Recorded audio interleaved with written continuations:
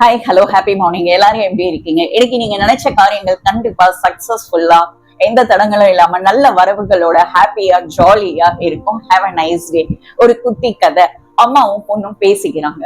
பொண்ணு வந்து அம்மா கிட்ட சொல்றாங்க, அம்மா என்னோட காலேஜ்ல டான்ஸ் காம்படிஷன்ல கலந்துக்கிட்டேன், இப்படி என்னால வின் பண்ண முடியலன்னு சொல்றாங்க. அம்மா சொல்றாங்க, பரவாயில்ல, இதுக்கெல்லாம் கவலைப்படக்கூடாது, ஜெயிச்சவங்களுக்கும் அதே மேடைதான், கலந்துக்கிட்ட உனக்கும் அதே மேடைதான், உன் திறமையை காட்டுறதுக்கு ஒரு அடையாளத்துக்கு ஒரு மேடை கிடைச்சிருக்குன்னு சொல்றாங்க. பொண்ணு இருந்துட்டு என்ன, நான் இவ்வளவு நாள் பயிற்சி எடுத்தேன், அந்த டான்ஸ்ல என்ன மிஸ்டேக் பண்ணேன்னு எனக்கு தெரியல, ஜெயிச்சிருந்தா நான் ரொம்ப சந்தோஷப்பட்டிருப்பேன்னு சொல்றாங்க. அப்போ அம்மா சொல்றாங்க, உன் திறமையை காட்டுறதுக்கு ஒரு மேடை வேணும்னு சொல்லி கவலைப்பட்ட, அந்த மேடை கிடைச்சதுக்கு அப்புறம் ஜெயிக்க முடியலன்னு சொல்லி கவலைப்படுறேன். சோ ஒரே விஷயத்துக்கு விதவிதமா கவலைப்படுறேன்னு சொல்றாங்க. அப்போ அவங்க பொண்ணு சொல்றாங்க, அப்படி இல்லம்மா, நான் ஜெயிச்சிருந்தா ரொம்ப ரொம்ப சந்தோஷப்பட்டிருப்பேன் அப்படின்னு சொல்றாங்க. அம்மா சொல்றாங்க, அதுக்கு பரவாயில்ல, இந்த தடவை ஜெயிக்கலைன்னா என்ன, அடுத்த முயற்சி எடு, அப்பவும் ஜெயிக்கலையா, அதுக்கு அடுத்த முயற்சியும் எடு.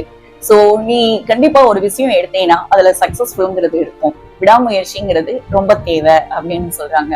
அந்த மேடை வந்து அவங்க அம்மா சொல்றாங்க, அந்த மேடை வந்து உனக்கு இத்தனை தடவை கிடைச்சும் ஜெயிக்க முடியே கவலைப்படுறதை விட அந்த மேடை உன்னை ஒரு அடையாளமா காட்டுதுன்னு சொல்லி சந்தோஷப்படணும் அப்படின்னு சொல்றாங்க. ஆமாங்க, நம்ம ஒரு விஷயம் எடுத்தோம்னா நம்ம அதுல தோத்துட்டே இருக்கோமே, நமக்கு ஏன் இப்படி நடக்குதுன்னு சொல்லி மூவ் ஆகாம விடாமுயற்சியோட அதை நம்ம ட்ரை பண்ணிட்டே இருந்தா ஒரு விஷயத்துல கண்டிப்பா சக்சஸ்ங்கிறது இருக்கும்.